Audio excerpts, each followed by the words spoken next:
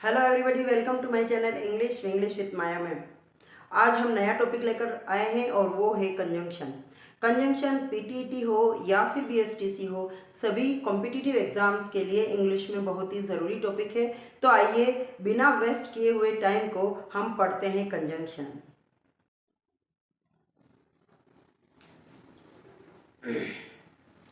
आइए बात कर लेते हैं टाइप्स ऑफ कंजंक्शंस की कि कितने टाइप के कंजंक्शंस होते हैं।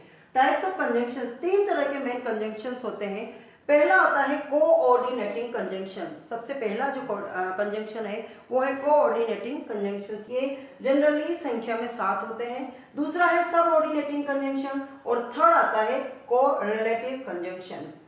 कोऑर्डिनेटिंग कंजंक्शंस वो होते हैं जो दो फ्रेजेस, दो वर्ड को आपस में किसी एक वर्ड से मिलाते हैं। कोऑर्डिनेटिंग कंजंक्शंस वो कंजंक्शंस होते हैं जिनके अंदर एक इंडिपेंडेंट क्लॉज होती है और दूसरी डिपेंडेंट क्लॉज होती है। तो जो डिपेंडेंट क्लॉज होती है उसको जोड़ने के लिए इंडिपेंडेंट से हम सबऑर्डिनेटिंग कंजंक्शंस का यूज करते हैं। तीसरा आता है कोरिलेटिव कंजंक्शंस। ये कंजंक्शंस वो होते हैं जो ज्यादातर पेयर्स में आते हैं, जैसे नॉट ओनली बट ऑल्सो, है ना, दो यट, ऑल्दो यट, है ना, ये लेस्ट शुड, इस तरह के कंजंक्शंस जो कि पेयर में आते हैं उनको हम कोरिलेटिव कंजंक्शंस कहते हैं। और इनको सबऑर्डिनेटिंग, जिसमें एक डिपेंडेंट क्लॉज होती है और दूसरी डिपेंडेंट, एक इंडिपेंडेंट क्लोज होती है और दूसरी डिपेंडेंट क्लोज होती है। ठीक है ना, तो ये इसके ऊपर निर्भर करते हैं और इन दोनों को जोड़ने के लिए हम इनके बीच में कंजंक्शन लगाते हैं और वो होता है सबऑर्डिनेटिंग कंजंक्शन। कोऑर्डिनेटिंग कंजंक्शंस वे कंजंक्शंस है जो दोनों ही इंडिपेंडेंट क्लोजेस को जोड़ते हैं। अगर उन दोनों क्लोजेस को अलग कर दिया जाए तो उनका अपना पर्सनल एक मीनिंग होता है, एक अर्थ होता है, बिना अर्थ के वो नहीं होती है। तो इस तरह से हमने समझा कि क्या कोऑर्डिनेटिंग कंजंक्शन है, क्या सबऑर्डिनेटिंग है और क्या कोरिलेटिव कंजंक्शन है। आइए डिटेल में इनको जान लेते हैं कि कौन कौन से वो कंजंक्शन है जो कोऑर्डिनेटिंग कंजंक्शन या फिर सबऑर्डिनेटिंग कंजंक्शंस के अंदर आते हैं। तो ये देखिए कोऑर्डिनेटिंग कंजंक्शंस कौन कौन से हैं। फॉर, एंड, नॉर, बट, और, येट और सो, ये 7 कंजंक्शंस जो है इनको हम कहते हैं कोऑर्डिनेटिंग कंजंक्शंस। और ये दोनों अलग अलग डिपेंडेंट क्लोजेस को आपस में कनेक्ट करते हैं। इनको याद रखने का तरीका है फॉर, एफ फॉर फोर यानी एफ लगा दिया हमने, एंड, ए फॉर एंड, ए लगा दिया, नॉर का एन लगा दिया, बी बट का बी, और का ओ, यट का यह वाई और एस का सो, और कुल मिलाकर यह हो गया फैन बॉयज। ये सातों कंजंक्शन है जिन्हें हम फैन बॉयज के नाम से जानते हैं। F for for, A for and, N for nor, B for but, O for or, yet for Y for yet और एस फॉर सो। तो ये है कोऑर्डिनेटिंग कंजंक्शंस। आइए इनको जान लेते हैं। For, she is working for survival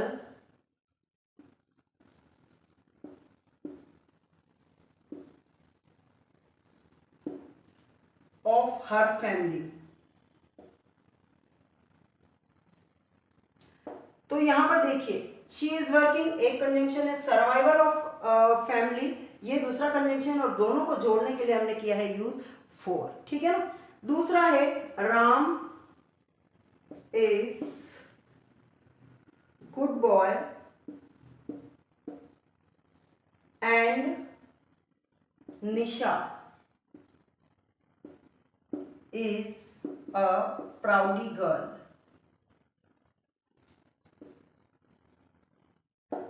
Ram is a good boy, Nisha is a प्राउडी girl.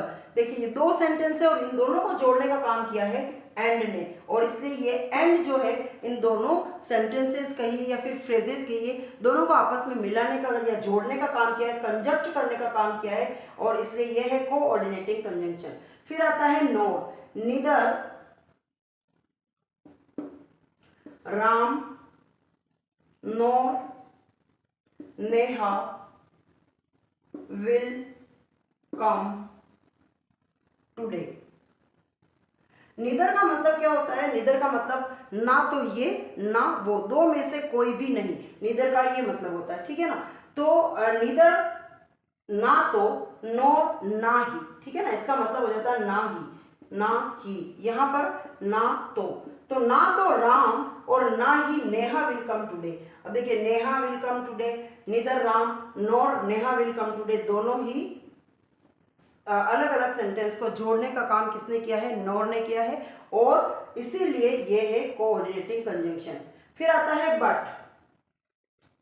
She is intelligent,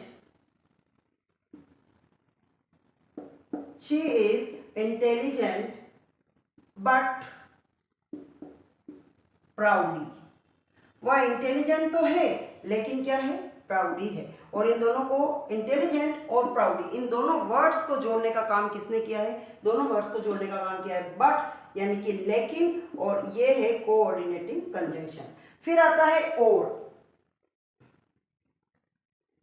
go to market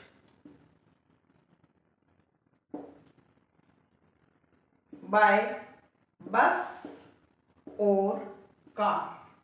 देखिए दोनों सिमिलर टाइप की चीजें हैं, बस और कार, और इन दोनों को जोड़ने का काम किया है और ने।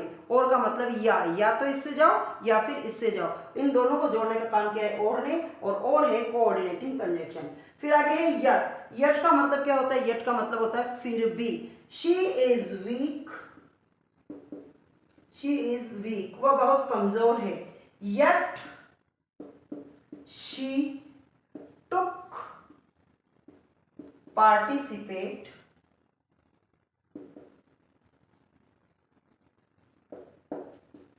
in race। यहां पर मैं वॉज कर देती हूं, शी वॉज वीक, वह बहुत ही कमजोर थी, यट, यट मतलब फिर भी, फिर भी, she took participate in race, she took participation in race, participation।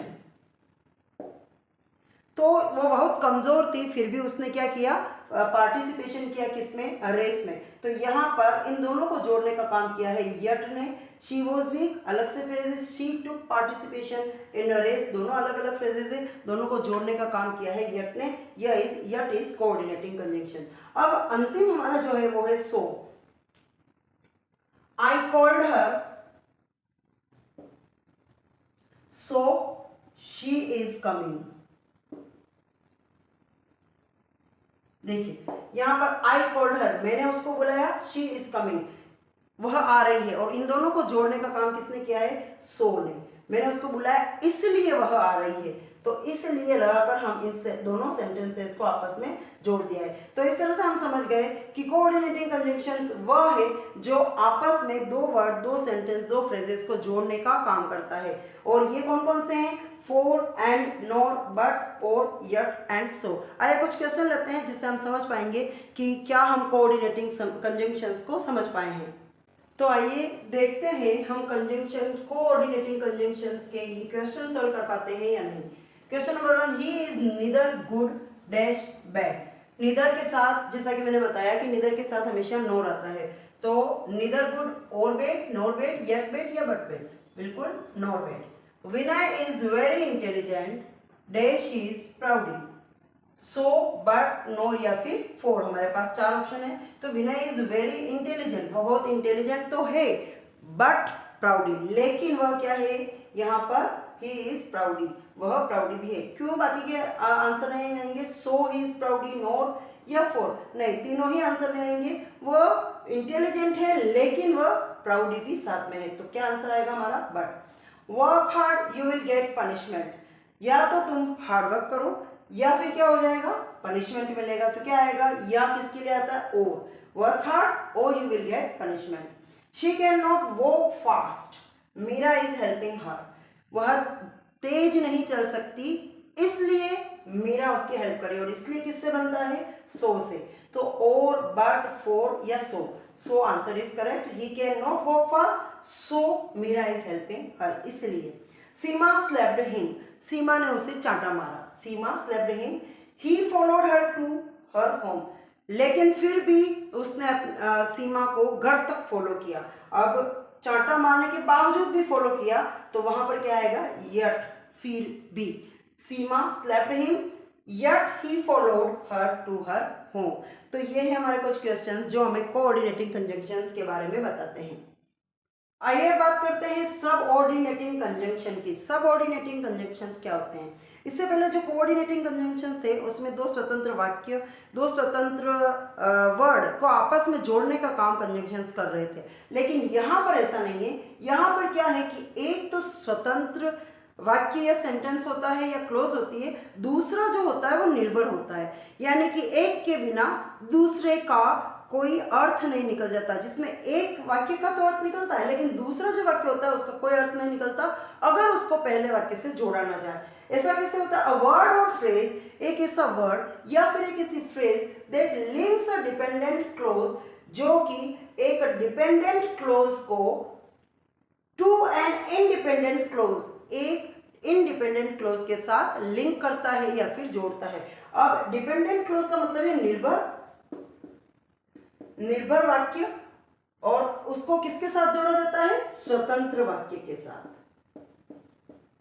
स्वतंत्र क्लोज के साथ। यानी एक निर्भर क्लोज को एक स्वतंत्र क्लोज के साथ जोड़ने के लिए जो कंजंक्शन यूज किया जाता है वो होते हैं सबऑर्डिनेटिंग कंजंक्शन। यहां पर मैं आपको ये बता दूं कि जो इंडिपेंडेंट यानी कि स्वतंत्र क्लोज होती है उसका बिना किसी कंजंक्शन के भी एक मीनिंग निकलता है, उसका अपना एक अर्थ होता है, लेकिन जो डिपेंडेंट क्लोज होती है वो बिना इंडिपेंडेंट क्लोज के साथ जुड़े अपना कोई मीनिंग नहीं निकाल पाती है, यानी अपना कोई अर्थ नहीं निकाल पाती है। वो पूरा एक मीनिंग या एक वाक्य या एक अर्थ नहीं होता है, इसलिए उसको डिपेंडेंट क्लोज को इंडिपेंडेंट क्लोज के साथ जोड़ना पड़ता है, और इन दोनों को जोड़ने का काम जो करता है उसको हम कहते हैं subordinating conjunctions. They went to hospital, यहाँ पर दे वेंट टू हॉस्पिटल, ये एक स्वतंत्र क्लोज है। अगर मैं यहाँ से पीछे का सारा वाक्य काट दूं तो भी एक इंडिपेंडेंट क्लोज है। दे वेंट टू हॉस्पिटल, ये एक स्वतंत्र या इंडिपेंडेंट क्लोज है, वो हॉस्पिटल गए, ठीक है, गए। लेकिन अगर मैं इसको हटा दूं और पीछे वाले को देखिए, बिकॉज मीनू वॉज इल, अब इसको हटा दीजिए और अब पीछे वाला पढ़िए, because Minu was ill, because Minu was ill, क्योंकि मीनू बीमार थी। अब मैं आगे का सेंटेंस अगर ना पढ़ूं तो क्या इसका कोई मीनिंग निकल रहा है? बिकॉज मीनू वॉज इल, क्योंकि मीनू इल थी, क्योंकि मीनू बीमार थी, तो क्या बीमार थी तो क्या, तो दे वेंट टू हॉस्पिटल, इसलिए वो कहाँ गए? हॉस्पिटल गए। तो इसका अर्थ निकालने के लिए हमें इसको इसके साथ जोड़ा गया है, इस डिपेंडेंट क्लोज को इंडिपेंडेंट क्लोज के साथ जोड़ा गया है, और जोड़ने का काम जो किया है वो बिकॉज ने किया, और यही बिकॉज जो है वो सबऑर्डिनेटिंग कंजंक्शंस हैं। तो आइए जानते हैं कौन कौन से ऐसे कंजंक्शन हैं जिनको हम सबऑर्डिनेटिंग कंजंक्शन की श्रेणी में लेते हैं। ये कुछ सबऑर्डिनेटिंग कंजंक्शन है, जान लेते हैं इनको। Although, after, as, as if, as long as soon as, when, where, where as, where, why, whenever, why, who आदि, है ना। और भी है WH वाले जो भी होते हैं वो मोस्टली कंजंक्शन हो जाते हैं। However, if, in order, that, though, then, even if, even though, because, before, unless, until, so that, since. इनके अलावा कुछ और कंजंक्शन है जो कि सबऑर्डिनेटिंग कंजंक्शन कहलाते हैं। Provided that, as much as, once, etcetera. तो ये सारे वो कंजंक्शन है जो एक डिपेंडेंट क्लोज को एक इंडिपेंडेंट क्लोज के साथ जोड़ते हैं, ठीक है ना। और इनका मीनिंग जान लेते हैं। ऑल्दो यद्यपि, आफ्टर के बाद, एज जैसा कि, एज इफ यदि, है ना, इसका मतलब है यदि, एज जैसा, आफ्टर के बाद, ऑल्दो यद्यपि, है ना। इसके अलावा एज लॉन्ग एज उतना जितना की, एज सून एज उतना जल्दी जितना की, है ना, उतना, या फिर इसको ऐसे भी कह सकते हैं जैसे ही, है ना, एज सून एज को जैसे ही ऐसे भी लगा सकते हैं। फिर वेन कब, वेयर कहाँ, वेयर इज जब, वेयर कहाँ, है ना, ये वापस आ गया। वाइल जब, वेनेवर जब भी। फिर हाउएवर तथापि, यद्यपि, इफ, यदि, इन ऑर्डर, दैट, के कारण, दैट, दो, देन, दैट का मतलब वह, दो, दैट का मतलब वह भी होता है जो प्रोनाउन के रूप में यूज होता है, लेकिन दैट का मतलब इसलिए है ना। दो, यद्यपि, देन का भी यूज होता है जब के अलावा करते हैं या तब यूज किया जाता है। Even if, even though, because, before, unless, until, unless जब तक नहीं, अनटिल जब तक नहीं, सो दैट, सिंस, ये सारे वो कंजंक्शन हैं जो कि सबऑर्डिनेटिंग कंजंक्शन कहलाते हैं और ये एक इंडिपेंडेंट क्लोज के साथ एक डिपेंडेंट क्लोज को कनेक्ट करते हैं, ज्वाइन करते हैं, कंजंक्ट करते हैं, इसीलिए इनको सबऑर्डिनेटिंग कंजंक्शंस कहते हैं। इनके अलावा प्रोवाइडेड, प्रोवाइडेड दैट, बशर्ते, शर्त यह है कि, एज मच एज, जितना ज्यादा हो सके उतना, वंस। तो इस तरह से हम समझ गए हैं कि सबऑर्डिनेटिंग कंजंक्शन है कौन कौन से। आइए कुछ वाक्यों में, कुछ सेंटेंसेस में इनको यूज करके देखते हैं। आइए यूज करते हैं इनको, सबऑर्डिनेटिंग कंजंक्शंस को सेंटेंसेस के अंदर, और ये पता करते हैं कि किस तरह से इनके बिना किसी एक सेंटेंस या फिर क्लोज का कोई मायना नहीं रहता है जब तक कि उसे दूसरे के साथ जोड़ा ना जाए। I am not coming with you, देखो ये एक सेंटेंस कंप्लीट सेंस दे रहा है, I am not coming with you, मैं तुम्हारे साथ नहीं आ रहा हूँ, ठीक है ना, कंप्लीट सेंस है। लेकिन अगर हम इसके आगे की फ्रेज को देखें, बिकॉज आई एम सिक, खाली इसको अगर हम पढ़े बिकॉज आई एम सिक और उससे पहले वाले को ना पढ़े तो क्या ये सेंस दे रही है, बिकॉज आई एम सिक तो क्या, बिकॉज आई एम सिक तो क्या। तो अगर हम इसको इसके साथ जोड़ते हैं, I am not coming with you because I am sick, तब ये एक कंप्लीट मीनिंग देता है, पूरा एक सेंटेंस बन जाता है। और इन दोनों को, आई एम सिक और I am not coming with you, दोनों को जोड़ने का काम जो किया है वो है बिकॉज ने, और ये बिकॉज ही सबऑर्डिनेटिंग कंजंक्शन है। I will help her provided that she says sorry, अब सिर्फ इधर देखें, provided that she says sorry, तो इसका कोई मीनिंग नहीं निकलता है ना, कि बशर्ते कि वह सॉरी बोले, तो कैसे बोले, क्यों बोले। तो अगर हम आगे वाला सेंटेंस देखते हैं, आई विल हेल्प हर, खाली अगर इसको अलग से भी देखें ना तो भी एक सेंस दे रहा है, आई विल हेल्प हर, मैं उसकी हेल्प करूंगा। लेकिन इसको हटा के खाली यह देखें कि provided that she says sorry, तो इसका कोई मीनिंग नहीं निकलता है। इन दोनों को जोड़ने का काम किया है प्रोवाइडेड दैट ने, है ना, अगर वह सॉरी बोलती है, बशर्ते कि वह सॉरी बोलती है, मैं उसकी हेल्प करूंगा। तो इन दोनों फ्रेजेस को जोड़ने का काम प्रोवाइडेड दैट ने किया है और यही है सबऑर्डिनेटिंग कंजंक्शन। यहाँ पर ये प्रिंसिपल क्लोज कहिए या फिर इंडिपेंडेंट क्लोज कहिए, और दूसरी वाली जो है जिसके अंदर एक कंजंक्शन लगा हुआ है वो डिपेंडेंट क्लोज कहलाती है। Although Neha is not my friend, अब यहाँ पर ऑल्दो आगे आया है तो ये आपकी डिपेंडेंट क्लोज है और पीछे वाली जो है वो है independent clause. Although Neha is not my friend, यद्यपि नेहा मेरी फ्रेंड नहीं है। ऑल्दो का मतलब क्या होता है, यद्यपि। प्रोवाइडेड दैट का मतलब होता है बशर्ते, क्योंकि, ठीक है ना। तो यद्यपि Neha is not my friend, although Neha is not my friend, वो मेरी फ्रेंड नहीं है, शी इन्वाइटेड मी, फिर भी उसने मुझे इन्वाइट किया। अब देखिए यहाँ पर शी इन्वाइटेड मी, अगर सिर्फ इसको देखिए तो भी एक मीनिंग निकल रहा है, उसने मुझे इन्वाइट किया, ठीक है ना। लेकिन अगर although Neha is my friend, सिर्फ इसको बात देखें तो क्या इसका कोई मीनिंग है, although Neha is my friend, यद्यपि नेहा मेरी एक फ्रेंड नहीं ना। तो इन दोनों को जोड़ने का काम किया है ऑल्दो ने, और ये है डिपेंडेंट क्लोज, ये है इंडिपेंडेंट क्लोज, और इनको जोड़ने का जिसने काम किया है वो है आपका subordinating conjunction. Unless she work hard she will fail this time too, इस सेंटेंस में देखिए अनलेस, अनलेस वर्ड में किसको जोड़ा है, शी वर्क हार्ड। अब इसी को देखिए, अनलेस शी वर्क हार्ड, अगर उसने वर्क हार्ड नहीं किया तो क्या, इंडिपेंडेंट क्लोज नहीं है, ये कौन सी है, डिपेंडेंट क्लोज। अब खाली इसको देखिए, she will fail this time too, वह इस टाइम भी फेल हो जाएगी, तो ये एक अपना मीनिंग दे रही है।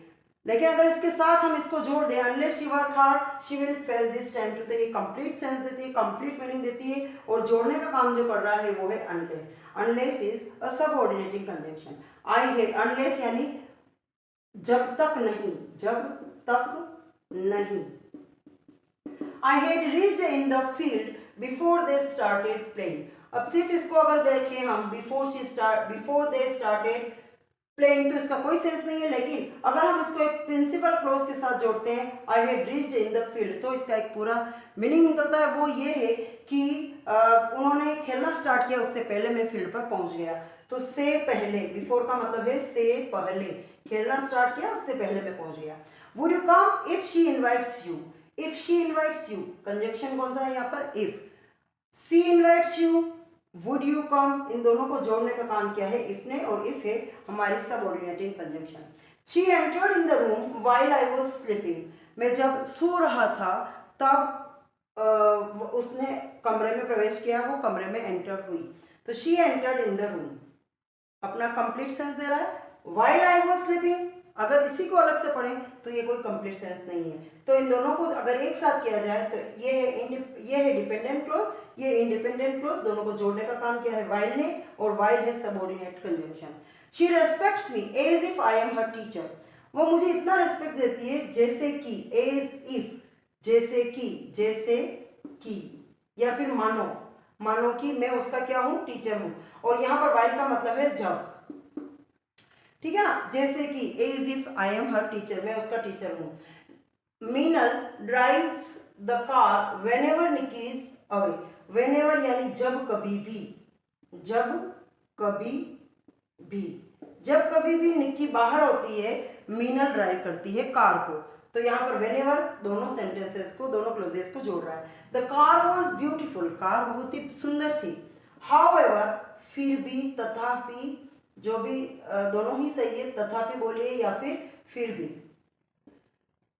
हालांकि कार बहुत ब्यूटीफुल थी, however it was very expensive, लेकिन बहुत ही एक्सपेंसिव थी। तो इन दोनों को जोड़ने का, अगर ऐसे ही पढ़े हम however it was very expensive, तो इसका कोई मीनिंग नहीं निकलता है जब तक कि ये इसके साथ जुड़ ना जाए, द कार वाज ब्यूटीफुल। लेकिन अगर इसको ना भी जोड़े तो इसका एक मीनिंग निकलता है। तो जिसका पूरा अर्थ निकले, पूरा सेंस निकले, पूरा एक मीनिंग निकले, उसको हम कहते हैं इंडिपेंडेंट, यानी कि स्वतंत्र वाक्य, स्वतंत्र क्लोज। और जिसका किसी दूसरे क्लोज पर डिपेंडेंट रहना हो, वो अपना खुद का एक सेंस या मीनिंग ना निकाल पाए, वो होती है डिपेंडेंट क्लोज। ये इंडिपेंडेंट क्लोज है, ये डिपेंडेंट क्लोज है।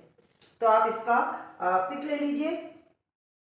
आइए अब कुछ क्वेश्चन सॉल्व कर लेते हैं। Vijay join the company dash he was 20, Vijay join the company, Vijay ने कंपनी ज्वाइन की कब, जब वह 20 साल का था।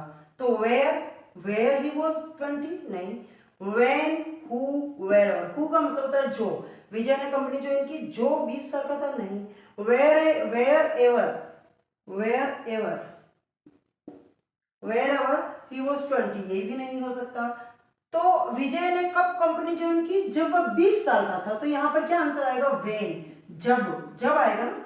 वेयर यानी तो कहां या जहां, ठीक है। हु यानी कौन या फिर जो, और वेयर एवर जब भी। तो इनमें से कौन सा आंसर करेक्ट आएगा कि विजय ने कंपनी कब ज्वाइन की, जब वह 20 का था। तो जब यहाँ पर व्हेन, तो when is the correct answer.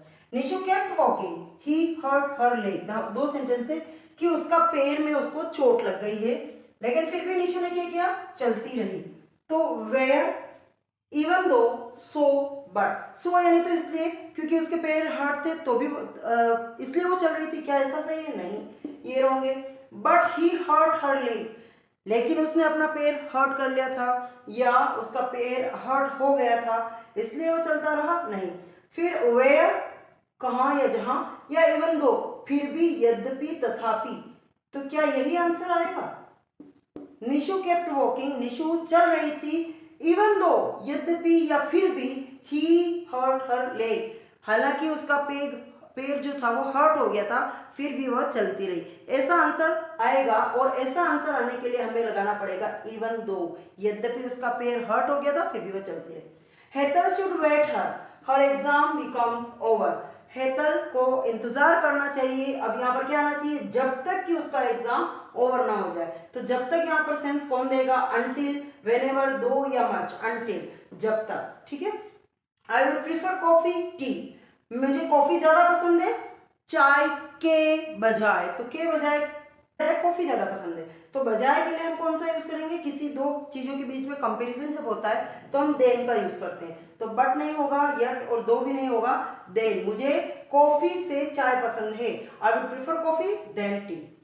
He goes out, he takes his puppy with him, जब भी वह बाहर जाता है वो अपना डॉग या अपना पपी जो है वो साथ में लेकर जाता है। तो क्या आएगा, whereas he goes, जब भी किससे आंसर आ रहा है, whenever, जब भी। however, फिर भी होता है, then या प्रेफरेंस देते हैं तब यूज होता है, कंपैरिजन में होता है। whereas यानी जबकि, लेकिन whenever का मतलब होता है जब भी। तो हमारा क्या आंसर है, जब भी whenever he goes out he takes his puppy with him। तो इस तरह से ये कुछ सबऑर्डिनेटिंग कंजंक्शंस हैं जो हमने क्वेश्चंस में यूज किए हैं। अब हम पहुंच चुके हैं हमारे तीसरे टाइप के कंजंक्शन और उनको हम कहते हैं कोरिलेटिव कंजंक्शंस। कोरिलेटिव कंजंक्शंस का मतलब क्या होता है, जो कि पेयर के अंदर आते हैं, एक जोड़े के रूप में आते हैं। और इनमें क्वेश्चन जब पूछा जाता है तो इनमें से कोई एक जोड़े का एक पार्ट आपको दे दिया जाता है, यानी एक वर्ड आपको दे दिया जाता है और दूसरा आपको ऑप्शन में दे दिया जाता है, तो आपको सही जोड़ा पहचान के वो वर्ड लिखना होता है। तो correlative conjunctions are made up of 2 और मोर वर्ड्स। कोरिलेटिव कंजंक्शंस वो है जो 2 या 2 से ज्यादा वर्ड से बने होते हैं, वर्किंग टुगेदर, जो साथ साथ में काम करते हैं एज अ पेयर, एक जोड़े के रूप में, to link two similar items, और ये 2 समान चीजों को आपस में जोड़ते हैं। समान का मतलब ये हो गया है कि अगर आप एक तरफ नाउन के साथ अगर ये वाला कंजंक्शन लगा रहे हैं तो दूसरे जोड़े का जो दूसरा वर्ड है वो भी आगे के सेंटेंस में नाउन के साथ ही लगाएं। अगर वर्ब के साथ लगा रहे हैं तो वर्ब के साथ ही लगाएं। अगर आप एडवर्ब के साथ इधर को जोड़ रहे हैं तो और को भी उधर ही जोड़ें। मान लीजिए हार्डली और स्कैर्सली है तो नॉट ओनली बट ऑल्सो है। कोई सा भी पेयर हो, अगर आप नाउन के साथ नॉट ओनली को रख रहे हैं तो बट ऑल्सो भी आगे के सेंटेंस में जब नाउन आएगा तभी रखें, ठीक है ना। तो इस तरह से सिमिलर आइटम को आपस में कनेक्ट करने के लिए जब पेयर का यूज किया जाता है, जब एक जोड़े का युग्म का यूज किया जाता है, तब हम उसको कोरिलेटिव कंजंक्शंस कहते हैं। कौन कौन से होते हैं ये कोरिलेटिव कंजंक्शंस, इधर और, या तो, या मतलब 2 में से कोई एक, या तो सीमा जाएगी या मोनिका जाएगी। निदर नोर, कोई नहीं, दोनों में से कोई नहीं, ना तो ना, ना तो ये ना वो। नो सुनर देन, जैसे ही या ज्यादा देर नहीं हुई थी तभी, जैसे ही मैं पहुंचा ट्रेन तभी चलेगी। रेदर देन, रेदर यानी प्रेफरेंस के लिए यूज किया जाता है और देन कंपैरेटिव के लिए। I would like coffee rather than चाय या टी। हार्डली स्केर्सली के साथ जोड़ा बनाते हैं वेन का। ये अक्सर गलती कर देते हैं कि हार्डली और स्केर्स के साथ हम देन लगा देते हैं और यही हमारी सबसे बड़ी गलती होती है। तो हमें क्या लगाना है, अगर हार्डली और स्केर्सली आ जाए तो वेन लगाना है, रेदर के साथ हमें देन लगाना है, नो सुनर के साथ भी हमें देन लगाना है। जस्ट सो, जस्ट के साथ सो, नॉट ओनली के साथ but also, such that both के साथ एंड, एज और एज, सो और एज, एज का भी जोड़ा है, सो एज का भी जोड़ा है, लेकिन ये पॉजिटिव सेंस में यूज किया जाता है और ये नेगेटिव सेंस में यूज किया जाता है। वेदर और, वेदर और, लेस्ट शुड, लेस्ट के साथ क्या जोड़ा है, शुड का। तो यहाँ पर भी बहुत बार लेस्ट की जगह कुछ और दे दिया जाता है या फिर शुड की जगह वुड दे दिया जाता है, जो कि गलत हो जाता है। अगर लेस्ट लिखा हुआ है तो वहां पर आपको शुड ही यूज करना है। आइए कुछ क्वेश्चंस और कुछ सेंटेंसेस देखते हैं जहां पर ये सारे पेयर्स को हम यूज कर सकें।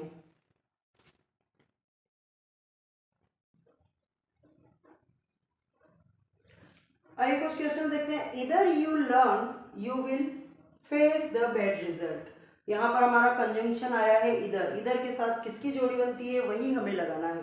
तो इधर के साथ ऑब्वियसली और आता है, तो इधर नॉर नहीं आएगा, इधर देन भी नहीं, इधर वेन भी नहीं।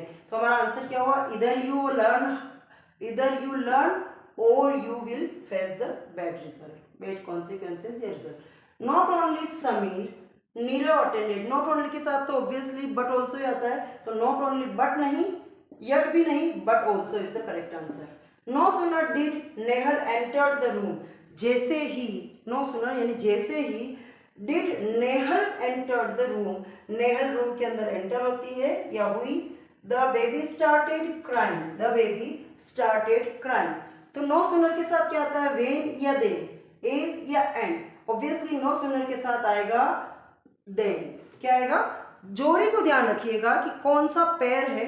नो सुनर के साथ हमेशा देन आता है, रेदर के साथ भी हमेशा देन आता है, तो no sooner than. There as many, there are है ना, there are as many spoons, there are as many के साथ एज ही आएगा वापस, तो there are as many spoons, when plates या सो प्लेट्स या as plates. There are as many spoons, as plates, as many as, पूरा ये हमारा एक साथ पेयर है, as many as. Minu can both write read, Minu can both, both के साथ क्या आता है, एंड आता है, तो ये हमारा and, Meenu can both but that and या फिर सुन, तो हमारा क्या आंसर रहेगा, and, Meenu can both right and read. तो यही ध्यान रखना है कि आपको पेयर अच्छे से याद रहे, अगर आपको पेयर अच्छे से याद रह गया तो आप क्वेश्चन सोल्व कर पाए। चलिए कुछ और क्वेश्चंस देखते हैं। She is a pretty girl that everyone likes her, अब इसमें ढूंढिए कंजंक्शन कौन सा है जो कि पेयर में आता है, दैट है ना, दैट। चलिए दैट के साथ कौन सा कंजंक्शन लग सकता है, एंड दैट नहीं, देन दैट भी नहीं, सच दैट ये लग सकता है, एज दैट भी नहीं होता है, तो such is the correct answer. She is such a pretty girl that everyone likes her, वो इतनी प्रिटी गर्ल है कि हर कोई उसे पसंद करता है। फिर दूसरा क्वेश्चन देखते हैं। Scarcely I reached the station the train left, scarcely यानी मुश्किल से, हार्डली और स्केर्सली दोनों का मतलब होता है मुश्किल से, है ना, मुश्किल से। Scarcely I reached the station the train left, बताइए इसका आंसर कौन सा हो सकता है। मैं यहाँ ऑप्शंस लिखना भूल गई हूँ, चलिए लिख लेते हैं। Option A is then, option B is when, option C is that, option D is yet. तो कौन सा आंसर करेक्ट होगा। स्केर्सली के साथ किसकी जोड़ी है, स्केर्सली के साथ जोड़ी है व्हेन की, है ना, तो when is the correct answer. Scarcely हो या हार्डली, दोनों के साथ जोड़ा जो बनता है, पेयर जो बनता है वो होता है व्हेन का, तो when is the correct answer. Scarcely I reached the station when the train left, यहाँ पर गलती देन लिख कर मत कर दीजिएगा, स्केर्सली और हार्डली के साथ आता है व्हेन, तो when is the correct answer. Do fast, do fast, lest your father beat you, lest, lest यहां पर आया और मैंने बताया था लेस्ट किसके साथ आता है, अगर याद है तो बताइए इसका answer. Do fast lest your father dash beat you, would, should, that या कुड, कौन सा आंसर करेक्ट होगा। लेस्ट के साथ जोड़ी होती है शुड की, and that's why the correct answer is should. Do fast lest your father would should beat you, should है ना। Mohit is brave as his father, Mohit is as brave, so brave, the brave या rather brave. देखिए as और as भी जोड़ी होती है, सो और एज भी पेयर होता है, मतलब एज भी हो सकता है, सो एज भी हो सकता है, लेकिन अगर आपका सेंटेंस जो है वो पॉजिटिव सेंस दे रहा है तो वहां पर आप यूज कीजिए एज, और अगर वो नेगेटिव सेंस दे रहा है तो वहां पर यूज कीजिए सो एज। तो Mohit is brave as his father, Mohit उतना ही ब्रेव है जितने कि उसके फादर, तो ये ऑब्वियसली एक पॉजिटिव सेंस है, इसमें नेगेटिव कुछ नहीं है, तो कौन सा आंसर करेक्ट होगा, एज, सो, दैट या rather. Obviously the correct answer is as brave as his father. Nikita is not polite as her mother, यहाँ पर फिर से एज आया है, एज, सो, दैट या यट। अब इसमें जैसा कि मैंने इस क्वेश्चन में बताया था कि ये पॉजिटिव है, ठीक उसी तरह से ये नेगेटिव है। Nikita is not polite as her mother, Nikita उतनी पोलाइट नहीं है जितने की उसकी माँ, ठीक है ना। तो अगर ये नेगेटिव सेंस दे रहा है तो यहाँ पर हम एज यूज नहीं करेंगे, यहाँ पर सो एज का यूज होगा।